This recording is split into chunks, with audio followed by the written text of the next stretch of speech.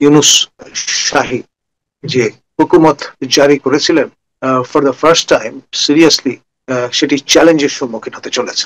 অচিরেই হয়তো আপনার একটি ইমার্জেন্সি গভর্নমেন্ট বর্তমান রেজিমকে রিপ্লেস করবে, এবং সেই রেজিমটি হবে নিউট্রাল রেজিম, এখনকার মতো হস্টাইল টু আওয়ামী লীগ বা শেখ হাসিনা প্রতি নয়। এবং সেরকম পরিস্থিতিতে দেখা যাবে যে হয়তো শেখ হাসিনা ভারত থেকে বাংলাদেশে আগমন করবেন, এবং তার যে আপনার মূল শেকড় সেই গোপালগঞ্জে থিত হবেন, এবং সেখান থেকে তিনি ট্রায়াল ফেস করবেন উইথ ডিগনিটি অ্যান্ড অনার। আমন্ত্রণ জানাচ্ছি প্রিয় দর্শক, মানচিত্র নিয়মিত আয়োজন কথোপকথনে আগামী ৫ আগস্ট অভ্যুত্থানের ১ বছর পূর্তি এবং ৮ আগস্ট ডক্টর ইউনূস সরকারের ১ বছর পূর্তি।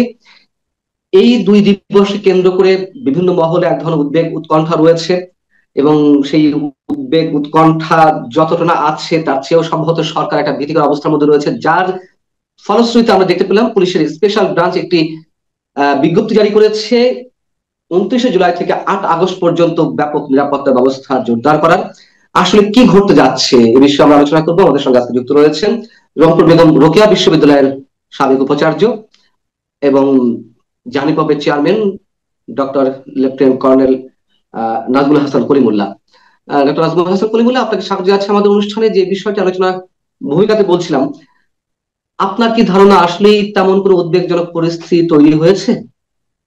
বেশ কিছু আপনার খবরাখবর যেটা আমরা পাচ্ছি, যেমন অস্ট্রেলিয়া থেকে আপনার অনলাইন শো করেন ফজলুল বারী, তিনি জানান দিলেন যে পরশুদিন দিল্লিতে আওয়ামী লীগের টপ ব্রাস যারা, তারা বসে সিদ্ধান্ত নিয়েছেন যে অচিরেই প্রবাসী সরকার গঠন করবে। এখন বিষয়টা তাৎপর্য অপরিসীম।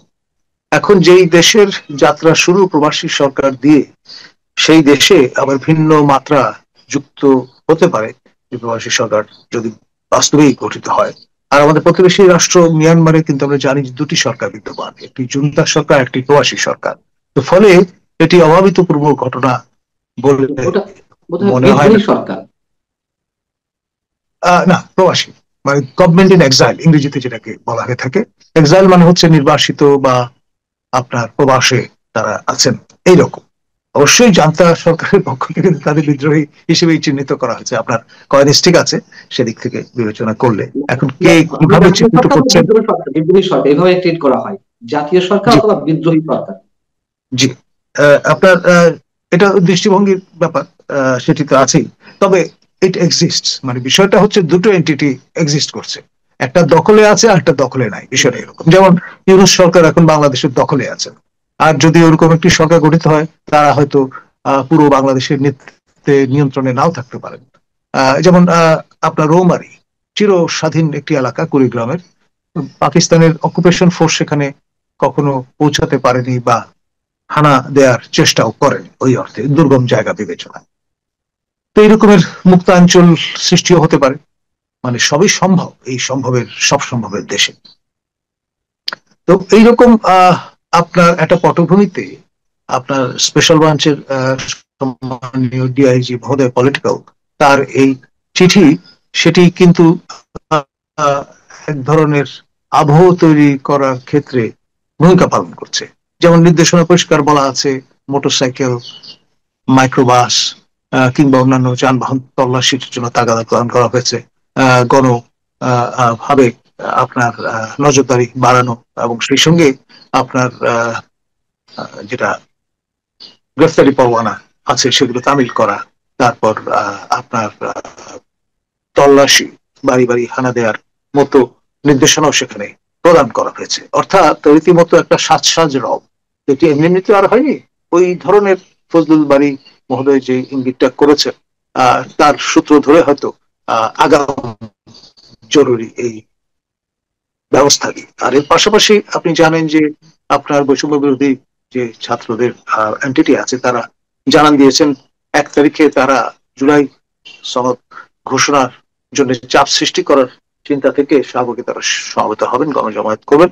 আবার 3 তারিখে আগে থেকেই বলা আছে যে জুলাই সনদ হাজির করা হবে। আবার কোন কোন নেতা ন্যাশনাল সিটিজেন্স পার্টির, তারা বলবার চেষ্টা করছেন যে যেই সনদের খসড়া হাজির করা হয়েছে সরকারের পক্ষ থেকে, সেটি তারা মানবেন না বা সেটা স্বাক্ষর করবেন না, এরকম প্রত্যয় ব্যক্ত করা হয়েছে। আবার এখানে মুক্তিযুদ্ধের পক্ষের যে শক্তি, তারাও কিন্তু বসে নেই, তারা তাদের মতো করে প্রিপারেশন নিচ্ছেন যে অবস্থা বুঝে ব্যবস্থা। অর্থাৎ যদি দেখা যায় যে আপনার এমন একটি সনদ হাজির করা হলো যেটি আপনার মুক্তিযুদ্ধের চেতনা বিরোধী, তাহলে তারা রিয়াক্ট করবে। এবং আপনার স্টেট উইদিন স্টেট অ্যাক্টররাও গভীর মনোযোগের সঙ্গে অনুধাবন করবার চেষ্টা করছেন যে কোথায় কি হচ্ছে না হচ্ছে। যেমন কোনো কোনো সূত্র থেকে বলা হচ্ছে যে যারা ক্ষমতা হারিয়েছেন তাদের উদ্যোগে আপনার প্রশিক্ষণ প্রদান কর্মসূচি শুরু হয়েছে তাদের নেতা কর্মীদের, তারা যাতে অ্যাকশনে যেতে পারেন। আবার আপনার কেউ কেউ আশঙ্কা করছেন যে 75-এর পট পরিবর্তনের পর আমরা দেখেছিলাম বঙ্গবীর কাদের সিদ্দিকী এবং প্রয়াত মোস্তফা হোসেন মন্টুর মতো নেতৃবৃন্দ তারা অস্ত্র হাতে তুলে নিয়েছিলেন এবং বঙ্গবন্ধু পরবর্তী সরকারকে প্রতিরোধ করবার চেষ্টা করেছিলেন।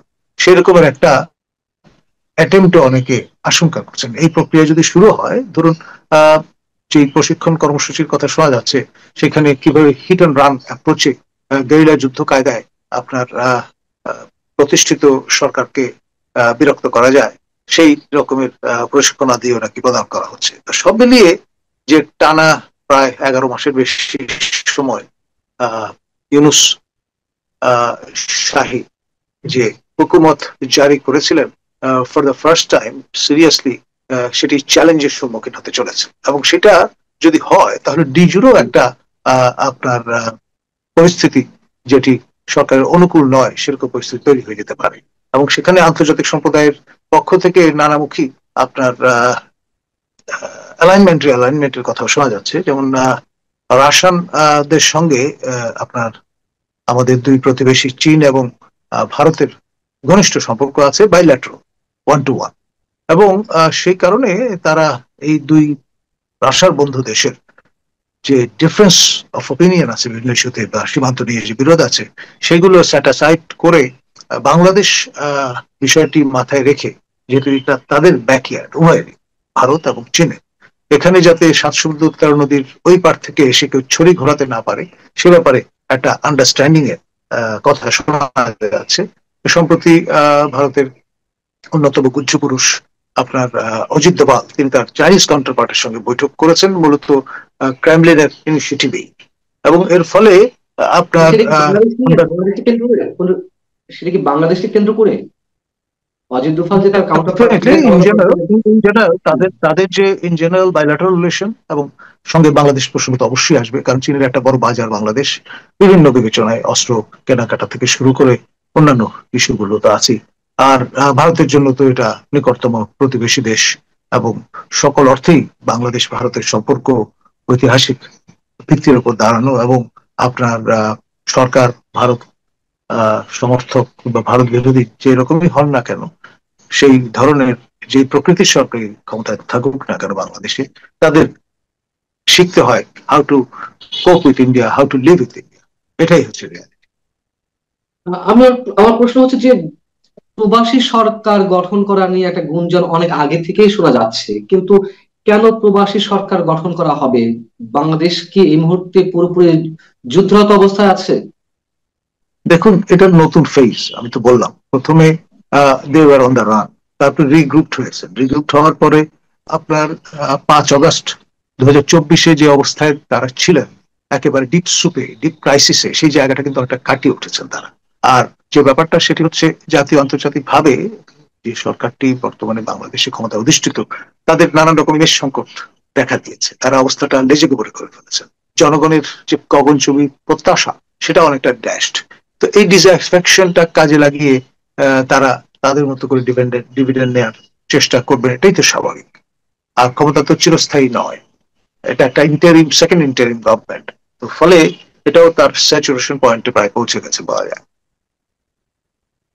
কিন্তু 16ই জুলাই গোপালগঞ্জে যে রণক্ষেত্র সৃষ্টি হলো, সেইখানে আমরা দেখেছি আওয়ামী লীগ যথেষ্ট নেতা কর্মী তারা তাদের অবস্থান জানান দিতে পেরেছিল, কিন্তু সারা দেশে অবস্থাটা কি তেমন? আমি যদি একটা এক্সাম্পল দিই, 16 তারিখে পরে সম্ভবত 18 তারিখে একটু হরতাল ডাকলো আওয়ামী লীগ। আমরা কিন্তু সেই হরতালের কোনো কর্মসূচি বা দৃশ্যমান কোনো অ্যাক্টিভিটিস তাদের দেখলাম না। তাহলে আমরা কিভাবে আশা করতে পারি যে তারা প্রশিক্ষণ নিচ্ছে, গেরিলা আক্রমণ করবে? এই ধরনের ঘটনা কি তাহলে গুজব আকারেই ছড়াচ্ছে, নাকি বাস্তব ভিত্তি কিছু আছে যা আমরা বিগত দিনে দেখছি আওয়ামী লীগের অ্যাক্টিভিটিস অন্তত রাজপথে? দেখুন, এই যে সাহস করে হরতাল আহ্বান করা, এটাও কিন্তু একটা সিগনিফিকেন্ট ডেভেলপমেন্ট। আপনি এনফোর্স করুন বা না করুন, কিন্তু ডিজুরো সেন্সে আপনি কিন্তু জানান দিয়ে বসলেন যে আপনি মরে যাননি, আপনি আছেন। আপনার নেতা কর্মী সমর্থকরা নাই নাই করেও দেশ ছেড়ে চলে যাননি, তারা আছেন, তারা অবস্থান করেন। এটা একটা বিষয়। আরেকটি হচ্ছে পিকেটিং। তারা যদি এই সময় করতে চান, ন্যাচারালি হয়রানির সম্মুখীন হবেন, সফট টার্গেট হবেন। সেটি বুঝে শুনে নিয়েই তারা শুধু প্রচারণার মধ্যেই হয়তো নিজেদের সীমায়িত বা সীমাবদ্ধ রেখেছে। আর একবার যখন বিষয়টি চাউর হয়ে যায় যে তারা মরে যায়নি, তারা জীবিত আছে, তাহলে আপনার বিষয়টা আহ, একরকম দোতনা বহন করে। যেমন ধরুন, আজকে আমি সকালবেলা চ্যানেল 16 কানাডায়, ইসমাইল মহোদয়, তিনি সম্মানীয় অ্যাঙ্কর, তিনি শো করছিলেন। সেখানে অনেক দর্শক শ্রোতা আমাকে জিজ্ঞেস করছিলেন যে মঞ্জুর এবং পান্না মহোদয়কে দুদিন ধরে আমরা দেখছি না, ওনার কি শরীর খারাপ, না আপনার যে অভিযান পরিচালিত হচ্ছে সেখানে তাকে নাকাল করবার চেষ্টা হচ্ছে ইত্যাদি।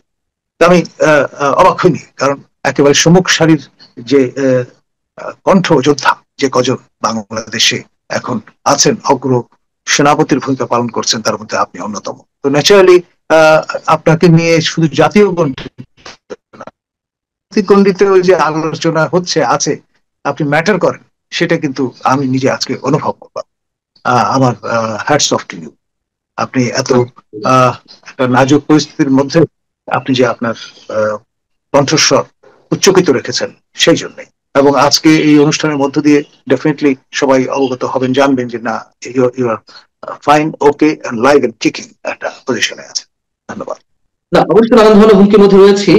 তবে আসলে একটু অসুস্থ ছিলাম বিধায় দর্শকের সামনে বা আপনাদের সামনে আসতে পারিনি। তো যারা নিশ্চয়ই উদ্বেগের মধ্যে ছিলেন তাদের প্রতি আমার শ্রদ্ধ সালাম। আমার যেটি প্রশ্ন অধ্যাপক কলিমুল্লাহ, সেটি হচ্ছে যে আহ, এই যে যে একটি ঘোষণা, আমরা কি এমনটা ধরে নেওয়ার কোনো অবকাশ আছে কিনা যে আওয়ামী লীগের আসলেই তেমন কোনো ধরনের উদ্যোগ নেই, কিন্তু মাঝখান থেকে এই যে অভিযান চলবে, ধরপাকড় চলবে, তার মাঝখান থেকে নিরীহ অনেক মানুষ তাদেরকে নাজেহাল পূর্ণ অবস্থায় পড়তে হবে, তারও তো একটি সম্ভাবনা থাকে নিশ্চয়ই?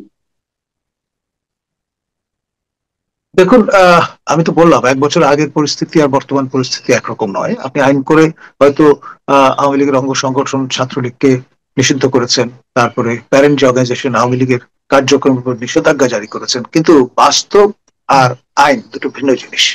এখন অনেক অকুতোভয় ব্যক্তি আছেন, যেমন সিডেশনের আপনার কারণে কি ভয়ঙ্কর পরিণতি হতে পারে সেটা তো ক্ষুদিরাম জানতেন। তৎসত্ত্বেও কিন্তু তিনি হাসি মুখে আপনার ফাঁসির দড়ি অ্যাকসেপ্ট করেছিলেন। তো এই ধরনের প্রতিবাদী মানুষ সবসময় সর্বকালে সর্বযুগে ছিল, আছে এবং থাকবে। এবং সেই জন্যই আমরা বিশ্বাস করি মানব চরিত্রের অজস্রতায়, এবং সে কারণেই বিশ্বের বিভিন্ন অঞ্চলে নবজাগৃতি ঘটে এবং মশাল প্রজ্বলিত হয়, যে মশালের আলোকে সবাই আপনার আলোকিত। পার্শ্ববর্তী রাষ্ট্র ভারতের কোন ধরনের ভূমিকা কি আমরা এই আগামী কয়েকদিনের মধ্যে দেখতে যেতে যাচ্ছি, মানে দেখতে পাচ্ছি কিনা বা পাবো কিনা? তার কারণ সাধারণ মানুষের একটা পারসেপশন এরকম তো দাঁড়িয়ে আছে, যখন আওয়ামী লীগ নেত্রী শেখ হাসিনা তিনি ভারতে অবস্থান করছেন, আওয়ামী লীগের অনেক সিনিয়র নেতারাও ভারতে অবস্থান করছেন, এবং অনেকেরই ধারণা যে আওয়ামী লীগের জন্য ভারত অনেক কিছুই করছে, করবে, এবং সে তেমন একটি প্রক্রিয়ার মধ্যে আছে। এমন কোন তথ্য কি আপনার কাছে আছে যে আসলে তারা দৃশ্যমান কিছু করতে যাচ্ছে? দেখুন, সীমান্তে যে লেনদেনের ব্যাপারটা, এটা একটা ব্যারোমিটার হতে পারে। অনেকগুলো পরিবার তারা নির্ভরশীল এই আমদানি রপ্তানি, এই ধরনের অফিসিয়াল যে চ্যানেল, তার ওপর। তো সেখানেও কিন্তু ভীষণ রকমের মন্দা দেখা দিয়েছে, কার্যক্রম প্রায় স্থবির বলা চলে। তো এটা একটা ইন্ডিকেটর যে ভারতীয়রা ক্রমে ক্রমে তাদের যেই অবস্থানটা সেটা টাইটেন করছে। এবং আপনি তো জানেন অনেকগুলো এমবার্গো ইতিমধ্যে তারা দিয়েছেন। আর আমাদের এখান থেকে প্রফেসর ইউনুসের স্পেন্সার যারা, তারা তারাস্বরে নানান কিছু বলবার চেষ্টা করেছিলেন বিগত আপনার যে এখানে আহ, অনেকগুলো গোপন চুক্তি স্বাক্ষরিত হয়েছে, সেগুলো আপনার ফরফ্রন্টে নিয়ে আসবার চেষ্টা করেছে, কিন্তু আজ পর্যন্ত আমার জানা মতে এই সরকারের পক্ষ থেকে কোনো চুক্তি বাতিলের কোনো ঘোষণা দেওয়া হয়েছে বলে আমার জানা নেই। এক, দ্বিতীয়ত আপনার যেমন আদানির সঙ্গে যে আমাদের লেনদেনের সম্পর্ক বিদ্যুৎ বা এনার্জি সেক্টরে, আহ আদানির সকল দেনা পাওনা কিন্তু আমরা মিটিয়ে দিয়েছি। মানে বিষয়টা এমন না যে আদানির সঙ্গে আমরা আমাদের সম্পর্ক ছেদ করেছি। তারপরে অন্যান্য ক্ষেত্রেও আমরা দেখেছি যে ভারতের সঙ্গে আপনার আমাদের যে আন্ডারস্ট্যান্ডিং গুলো ছিল সেগুলো কিন্তু অব্যাহত আছে। তো ফলে এমন একটি দেশ ভারত, চারদিকে যেহেতু তার অবস্থা, আমরা এখানে যত রকম বই মনোভাব আমাদের অন্তরে থাকুক না কেন, বগলে ইট থাকুক না কেন, কিন্তু মুখে কিন্তু শেখ ফরিদ বলে যেতেই হচ্ছে এবং হবে, এটাই রিয়ালিটি। আরেকটি গুঞ্জন ছড়িয়ে পড়েছে, নানান ধরনের গণমাধ্যমেও আসছে, আমাদের দেশে গণমাধ্যমে, যে ভারত এখন আর শেখ হাসিনাকে রাখতে চায় না। যদি এরকম খবর মাঝে মাঝে বের হয়, আবার নতুন করে এই টপিকটা বেশ আলোচনা ফেলছে, যে শেখ হাসিনাকে পারলে অন্য কোথাও পাঠিয়ে দেয় ভারত, এবং বর্তমান অন্তর্বর্তী সরকারের সাথে সম্পর্ক এগিয়ে নিয়ে যাওয়ার জন্য তারা আর শেখ হাসিনার দিকে ফিরে চাইছে না। এ বিষয়ে আপনার কোনো মন্তব্য? দেখুন, এটা আমাদের ওই লেসপেন্সার যারা সরকারের, তাদের প্রচারণার অংশ, অন্য কিছু নয়। যেই প্রচারণাটা সম্প্রতি নতুন মাত্রা যোগ করেছে, যেটা আমাদের কানে এসছে, সেটি হচ্ছে যে অচিরেই হয়তো আপনার একটি এমার্জেন্সি গভর্নমেন্ট বর্তমান রেজিমকে রিপ্লেস করবে, এবং সেই রেজিমটি হবে নিউট্রাল রেজিম, এখনকার মতো হস্টাইল টু আওয়ামী লীগ বা শেখ হাসিনা প্রতি নয়। এবং সেরকম পরিস্থিতিতে দেখা যাবে যে হয়তো শেখ হাসিনা ভারত থেকে বাংলাদেশে আগমন করবেন, এবং তার যে আপনার মূল শেকড় সেই গোপালগঞ্জে থিত হবেন, এবং সেখান থেকে তিনি ট্রায়াল ফেস করবেন উইথ ডিগনিটি অ্যান্ড অনার। আপনার ইটস লং রান প্রসেস, হয়তো যতদিন আপনার এই মামলা মোকদ্দমাগুলো যেগুলো রুজু হয়েছে সেগুলো এক্সস্ট করতে সময় লাগবে। আপনি খেয়াল করে দেখেন আমাদের দেশনেত্রী মাননীয় সাবেক প্রধানমন্ত্রী খালেদা জিয়া, তিনি কিন্তু তার সমস্ত এই যে অভিযোগগুলো ছিল, যে মামলাগুলো দায়ের করা হয়েছিল, ফেস করেছেন, এবং আপনার অলমোস্ট এক্সস্টেড বলতে পারেন শারীরিকভাবে, কিন্তু মানসিকভাবে তিনি ছিলেন একেবারে দৃঢ় চেতা, দৃঢ়, এবং সে কারণে সে শব্দেই যে তকমাটি তার আছে যে তিনি আপসীন নেত্রী, সেটা কিন্তু শেষ অব্দি এখন পর্যন্ত অটুট আছে। তো সেই রকম একটি দৃঢ়তা কিন্তু শেখ হাসিনারও আছে। আপনি সমালোচনা করতে পারেন, নানান রকম অভিযোগ করতে পারেন, সেটা এক বিষয়। খেয়াল করে দেখেন 111-এর সময় দুই নেত্রীর উপর যে চাপ প্রয়োগ করা হয়েছিল, দেশনেত্রী তো দেশ ছেড়ে জানিনি, আর জননেত্রী তিনি কিন্তু সকল ভ্রুকুটি, সকল প্রতিবন্ধকতা উপেক্ষা করে তিনি বাংলাদেশে ফিরে এসেছিলেন ইংল্যান্ড থেকে, এবং আপনার তিনি ফেস করেছিলেন, যা ফেস করাটা সবাই কিন্তু ভেবেছিলেন, কিন্তু অবাক হয়েছিলেন যে কেন ফেস করছেন। ওয়ান রিভেনের সময়টি আর এখনকার সময়টি নিশ্চয় অনেক পার্থক্য। তা আমি যে প্রশ্ন করতে চাচ্ছি তার আগে একটু জড়িয়ে নিতে চাই। আপনি যে মানে বক্তব্যটি দিলেন যে শেখ হাসিনা ফিরে আসতে পারেন, একটি জাতীয় মানে জরুরি অবস্থা ঘোষণা করা হতে পারে, তার মধ্যে দিয়ে তিনি ফিরে এসে মামলা ফেস করবেন, গোপালগঞ্জে থিত হবেন। আহ, আমার আগ্রহ থেকে আমি একটু জানার চেষ্টা করছি, এটা কি আপনার পারসেপশন, নাকি কোনো ধরনের ইনফরমেশন, নাকি কোনো ধরনের ইকুয়েশন? এটা আমার পারসেপশন নয়, এক। দ্বিতীয়ত ধরুন আপনি বা আমি, আমরা যারাই টক শো অ্যাটেন্ড করি, আমরা বিভিন্ন সূত্র থেকে নানান রকমের তথ্য উপাত্ত সংগ্রহ করি বা আমাদের কাছে আসছে, তার উপর ভিত্তি করে আমরা বিশ্লেষণ হাজির করি। বিষয়টা অনেকটা সেই রকম। আপনার ডেফিনেটলি কেউ যদি নির্বাসনে যান, যেমন ধরুন আয়াতুল্লাহ রুহুল্লাহ খোমেনি, তিনি প্রথমে ইরাকে গিয়েছিলেন, তারপর চলে গিয়েছিলেন ফ্রান্সে, এবং যথারীতি তিনি ফিরে এসছেন, এবং শেখ হাসিনাও ছিল স্থায়ী বন্দোবস্তের একটা আহ ব্যবস্থা করে ভারতে গেছেন, এমনটি আমি মনে করি না। এটা খেয়াল করে দেখেন, উইথ ডিগনিটি এন্ড অনার, আমি আবারও বলছি, ওয়াচ মাই লিপস, তিনি উইথ ডিগনিটি এন্ড অনার আমাদেরই বাহনে করে ভারতে গেছেন, এবং সেই বাহনটি নিরাপদে কিন্তু দেশে ফিরে এসছে তাকে সেখানে পৌঁছে দিয়ে। যদি তাই হয়ে থাকে, হয়তো কোনো একটা জরুরি অবস্থা ঘোষণা করা হলো, তার মধ্যে দিয়ে শেখ হাসিনা ফিরে এলেন, তার নিরাপত্তার বিধানটি কেমন হবে? তিনি কি সেই সাহসটি নিয়ে দেশে ফিরে আসতে পারবেন? তখন একটা অংশের প্রচন্ড ক্ষোভ, বিক্ষোভ তো তার প্রতি রয়েছে, তার দলের প্রতি রয়েছে, যেটা বাস্তবতা আমাদেরকে এখন স্বীকার করতেই হবে। সেই অবস্থায় মানে যে অবস্থাতে 32 নম্বর গুড়িয়ে দেওয়া হলো বুলডোজার দিয়ে, যে অবস্থায় টঙ্গিপাড়া বঙ্গবন্ধু সমাধিও গুড়িয়ে দেওয়ার একটা টার্গেট রয়েছে, যেই সময়টিতে এত বড় বড় ভয়ঙ্কর সব ঘটনা আমরা ঘটতে দেখছি, সেখানে শেখ হাসিনার নিরাপত্তাটি আমরা কিভাবে আশা করতে পারি, বা তিনিও এতটা সাহসিকতার সঙ্গে কিভাবে আসতে পারেন? দেখুন, অফিসিয়াল ন্যারেটিভটা আপনি যদি দেখেন, আমাদের সশস্ত্র বাহিনী আত্মরক্ষার্থে গুলি ছুড়েছে। অফিসিয়াল যে স্ট্যাটিস্টিক্স সে অনুসারে 5 জন মৃত্যুবরণ করেছেন। এখন এই যে ন্যারেটিভটা, এটি কেন প্রদান করতে হয়েছে? কারণ হচ্ছে আপনার গোপালগঞ্জবাসী কিন্তু ওন করে বঙ্গবন্ধু শেখ মুজিবুর রহমানকে এবং তার পরিবারকে এবং তাদের জ্যেষ্ঠ কন্যা শেখ হাসিনাকে, এবং সে কারণেই কিন্তু এরকম একটা রাফ রিসেপশন আপনার এনপিসির কেন্দ্রীয় নেতৃবৃন্দ সম্মুখীন হতে হয়েছে। আর আপনার গিয়েছিলেন বাঘের মতো, ফিরেছেন বেড়ালের মতো, সেটাও কিন্তু আমরা সবাই প্রত্যক্ষ করেছি। আমাদের এই বয়ানগুলো হয়তো অনেকের অপছন্দ হবে, বাট রিয়ালিটি ইজ রিয়ালিটি, সেটা তো স্বীকার করতেই হবে।